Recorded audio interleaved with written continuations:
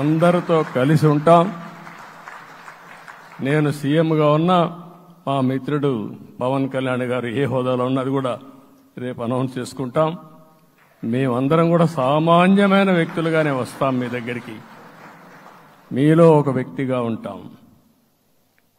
మాకు హోదా సేవ కోసరం తప్ప పెత్తనం కోసరం కాదు. ఆ విషయం ప్రజలందరికీ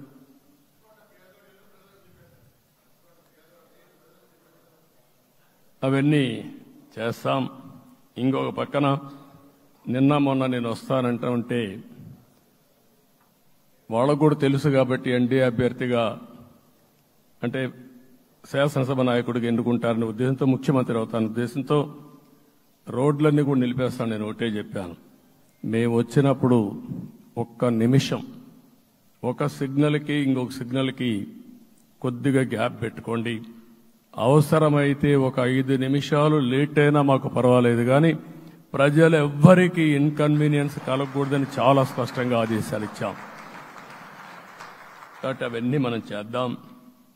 ఇంకొక పక్కన దాడులు చేసి బాధితులపైనే కేసులు పెట్టే పరిస్థితి ఉండదు ఈ రోజు నుంచి. అది కూడా మనం చూశాం. ఏ ఒక్కరి ఆత్మగౌరవానికి భంగం కలగదు. ఒక పాజిటివ్ గవర్నెన్స్ అన్ని చోట్ల కనపడుస్తుంది. ప్రజాహితం కోసమే పనిచేస్తాం. ప్రతి నిర్ణయం, ప్రతి అడుగు ప్రజల కోసమే ఉంటుంది. స్టేట్ ఫస్ట్ అనే నినాదంతో ముందుకు పోతాం. ఈరోజు మేము ముగ్గురం కూడా ఢిల్లీలో వెళ్ళినప్పుడు కూడా మా ఆలోచన ఈ రాష్ట్రం ముందుండాలనే ఉద్దేశంతోనే ముందుకు పోయాం.